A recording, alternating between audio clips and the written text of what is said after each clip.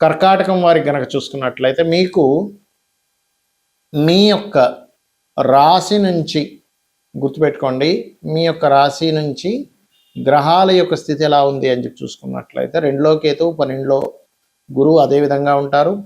శుక్రుడు 14వ తేదీ నుంచి ఏకాదశ నుంచి ద్వాదశ స్థానంలోకి వస్తున్నాడు. రవి బుధులు దశమ స్థానంలో ఉన్నారు. ఈ రవి బుధులు ఇద్దరు కూడా 14వ తేదీకి ఏకాదశంలోకి మారుతున్నాడు. 12వ తేదీ భాగ్యంలో శనితో కలిసి ఉన్నటువంటి కుజుడు 12వ తేదీ మనకి మేషరాశిలోకి దశమంలోకి రావడము, మరియు శని భాగ్యంలోనే ఉండడం, అష్టమంలో చంద్రుడు ఉండడం రాహు ఉండడం. ఆ రాహుతో చంద్రుడు ఈ 12 రాశులు తిరిగేది క్రమంలో కూడా కలుస్తాడు, అన్ని గ్రహాలతో కలుస్తాడు అనుకోండి. మరి దీని మూలంగా కలిగేటువంటి ఫలితాలు ఏమిటి, ఏ దేవతారాధన చేసుకోవాలి, ఎటువంటి పరిహార మార్గం చేసుకోవాలి అనేటువంటి విషయాలు చెప్తుంది నేనైనప్పటికీ, చెప్పిస్తుంది సాక్షాత్ లలిత అమ్మవారిగా భావిస్తూ. ప్రధానంగా మీరు గుర్తుపెట్టుకోండి, 1, 2 తేదీలు మీకు మీరు ఏదైనా ప్రాపర్టీ తీసుకోవడానికి, స్థలము, గృహము, వాహనం తీసుకోవడానికి చాలా బాగుంది. అలాగే మీకు 10 నుంచి 15వ తేదీ వరకు మాత్రం ఈ మాసంలో ఎట్టి పరిస్థితుల్లో నీటి ప్రదేశాలకి ఇక్కడికి వెళ్తే గండము, అమ్మో ఇది చాలా డేంజరస్ ప్లేసెస్ అనుకునేటువంటి విషయంలో ప్రధానంగా 10, 11, 12 తేదీలు కొంత జాగ్రత్తగా ఉండండి. ఇక 13, 14 తేదీలు ప్రధానంగా ఏంటంటే ఈ రాహుతో కలిసి ఉన్నాడో ఈ 14, 15 తేదీలు ఇది కొంచెం పెద్ద మొత్తంలో ఎవరికైనా మీరు ధనాన్ని ఇచ్చేటువంటి విషయంలో కాస్త జాగ్రత్తగా ఉండండి, గుర్తుపెట్టుకోండి. అలాగే మీకు గమనించుకున్నట్లయితే కాస్త 12వ తేదీ వరకు మీరు పెట్టే ఖర్చు విషయంలో జాగ్రత్తగా ఉండాలి. మీకు ధనపరంగా మరింత అభివృద్ధి రావాలి మీ జీవితంలో అనుకుంటే మీరు గణపతిని, సూర్య భగవాను ఎక్కువగా ఆరాధించండి. సుబ్రహ్మణ్యేశ్వర స్వామి యొక్క ఆరాధన కూడా చాలా మంచిది చెప్పాలంటే. కొత్త పరిచయాలు, కొన్ని కాన్వర్జేషన్స్ వల్ల, కొన్ని పరిచయాల వల్ల మీకు మీ యొక్క చేసే వృత్తి వ్యాపారాల్లో కొంత ఉన్నత అనేటువంటిది లభించనుంది. మరియు అదేవిధంగా సంతానం కోసం చేసే ప్రయత్నాలు ఏవైతే ఉన్నాయో కొంత ఈ నెలలో కొంతవరకు మీకు అనుకూలిస్తాయి చెప్పాలంటే. మరియు కాస్త ఉద్యోగ సంబంధించినటువంటి విషయంలో ఉన్న ప్రదేశం కాకుండా ఇతర ప్రదేశాలకు వెళ్ళి మీరు కనుక ప్రయత్నం చేసినట్లయితే బాగుంటుంది. అందులో ప్రధానంగా పోలీస్ డిపార్ట్మెంటు, ఇప్పుడు ఇట్లా కొన్ని ఉంటాయి, కొన్ని ఆర్మీ, నేవీ ఇలాంటి డిపార్ట్మెంట్స్లో మీరు ప్రయత్నం చేస్తున్నట్లయితే 12వ తేదీ నుంచి కుజుడు 2వ భావంలో మన దశమ స్థానంలోకి తన స్వక్షేత్రంలోకి వస్తున్నాడు కాబట్టి అక్కడి నుంచి మంచి అనుకూలమైనటువంటి వాతావరణం లభిస్తుంది, గుర్తుపెట్టుకోండి. ఇక్కడ ఇప్పుడు ఉన్నటువంటి పరిస్థితులు ఏవైతే ఉన్నాయో బయట ఉండేటువంటి పరిస్థితులు ఈ శని కుజుల కలయిక వల్ల కొంచెం మన ఇండియాలో కూడా కొంత ఈ బాంబులు పేలడం అనుకోండి, లేకపోతే కొంత ఉద్రిక్తంగా ఉండే ప్రభావం పెరుగుతుంది. అంటే అలాగా కొంచెం ఎండ మనకు చూడండి బయట తీవ్రంగా పెరగడం ఎండ, ఆ ఎండ వస్తూనే ఒకటేసారి అంటే వాతావరణంలో జరిగేటువంటి మార్పులు ఏమిటి అంటే విపరీతమైన ఎండలు, దాంతోపాటు సడన్గా ఉన్నటువంటి వర్షాలు శని కుజుల కలయిక వల్ల.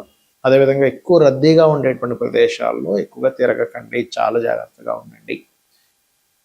అలాగే మరొక విషయం ఏంటంటే ఈ విదేశాలకు వెళ్ళాలి, విదేశాల్లో ఉండేటువంటి వారు, నేను చాలా రోజుల నుంచి చెప్తూ వస్తున్నా, 2-3 నెలల నుంచి ఇప్పుడు కూడా చెప్తున్నాను. ఎందుకంటే 12వ స్థానం, సహజ 12వ స్థానం అనేది శని కుజులు ఉన్నారు అక్కడ మీనరాశి కాబట్టి ఏమాత్రం మీరు స్వదేశంలోకి వచ్చి ఉండగలిగితే కొంతకాలం రావడం మంచిది ఇప్పుడు ఉండేటువంటి కండిషన్స్ పరంగా చూసుకుంటే.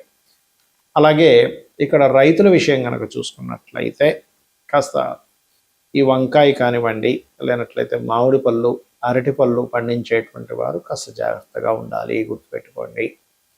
అలాగే మరొక విషయం ఏంటంటే ఇక్కడ చాలామంది ఈ ఏలినాటి శని ఇప్పుడు మనకి ఎవరెవరికి ఉంది, ఏ రాసుల వారికి ఉంది, మేషంకి ఉంది, కుంభానికి ఉంది, మీనానికి ఉంది.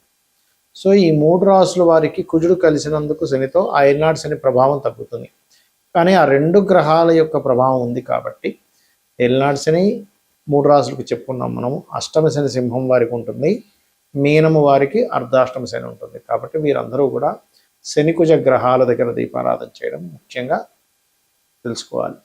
ఇంకొకటి ఏంటంటే షేర్ మార్కెట్ కారకుడైనటువంటి బుధుడు ఈ యొక్క శని కుజ గ్రహాల మధ్యను వస్తున్నాడు కాబట్టి షేర్ మార్కెట్లో మీరు ఎప్పుడూ చూడనటువంటి ఫ్లక్చుయేషన్స్ జరగనున్నాయి రాబోయే 25 రోజులు కూడా, గుర్తుపెట్టుకోండి. బుధుడు వస్తున్నాడు మీన రాశిలోకి. ఇది చాలా చాలా చాలా ఇంపార్టెంట్ అయినటువంటి విషయం. అది ప్రధానంగా గుర్తుపెట్టుకోండి. అలాగే మరొక విషయం ఏంటంటే ఇక్కడ ఈ ట్రేడింగ్ చేసేవాళ్ళు, షేర్ మార్కెటింగ్ రిలేటెడ్ సంబంధించినటువంటి వాటిలో ఉండేటువంటి వారు, మరియు మార్కెటింగ్ రంగాల్లో ఉండేటువంటి వారు ఈ యొక్క విషయాల్లో జాగ్రత్తగా ఉండాలి. అయితే ఎప్పుడూ కూడా గోచారం అనేటువంటిది మనకి కొంత పర్సెంట్, ఒక 10 to 15% పనిచేస్తే మన పర్సనల్ చార్ట్ ప్రధానంగా పనిచేస్తుంటుంది అక్కడ. కాబట్టి మీ జన్మజాతకంలో గ్రహాలు ఎలా ఉన్నాయి, జన్మజాతకంలో లగ్నం ఎలా ఉంది, లగ్న బలం ఎలా ఉంది, దానివల్ల మీరు ఎదగడం అనేది జరుగుతుంది. మీ శారీరక సంస్థత కానివ్వండి, ఇవన్నీ జరుగుతూ ఉంటాయి. ఇక రెండవ భావం ధనస్థానం, అంటే మీకు ధనయోగం ఏ రకంగా ఉంది అనేది ధనభావాన్ని బట్టి చూసుకోవాలి. అంతేగాని ఎల్నాటి వచ్చింది కాబట్టి ధనం లేదనుకోవడానికి కాదు అక్కడ. అలాగే మరొక విషయం ఏంటంటే ఇక్కడ గమనించినట్లయితే ఇక మూడవది ఏంటి, అన్నదమ్ములతో ఉండే సఖ్యత, ఎప్పుడు ఏ ప్రాపర్టీ తీసుకోవాలి 4వ భావంలోని, సంతానం గురించి 5వ భావంలోని, రుణరోగ శత్రువుల గురించి 6వ భావంలోని, వివాహం ఎప్పుడవుతుంది అనేటువంటి 7వ స్థానంలోని, అదేవిధంగా మీ యొక్క ఆయుష్, అంటే కొంచెం ఏదైనా ఆకస్మిక సంఘటనలు ఉన్నాయా, లేకపోతే తల్లిదండ్రులతో ఉండే రిలేషన్ 9వ స్థానంలో, అదే రకంగా మీ యొక్క కర్మ, అంటే కొంతమందికి వృత్తిపరంగా విదేశాలకు వెళ్తే కొంతమంది బాగా సక్సెస్ అయితే, కొంతమంది స్వదేశంలో బాగా సక్సెస్ అవుతారు.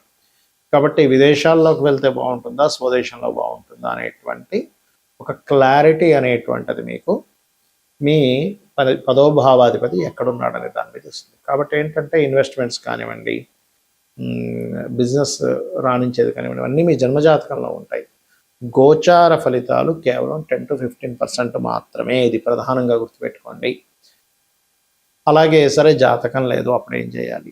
మీరు చక్కగా మీ యొక్క జాతకం లేనంత మాత్రం చేత చింతించకుండా అమ్మవారి యొక్క ఆరాధన, నిత్యము లలితా సహస్రనామాలు, లేదా విష్ణు భక్తులు అయినట్లయితే విష్ణు సహస్రనామాలు, శివభక్తులు అయ్యారు శివ సహస్రనామాలు చేసుకోండి.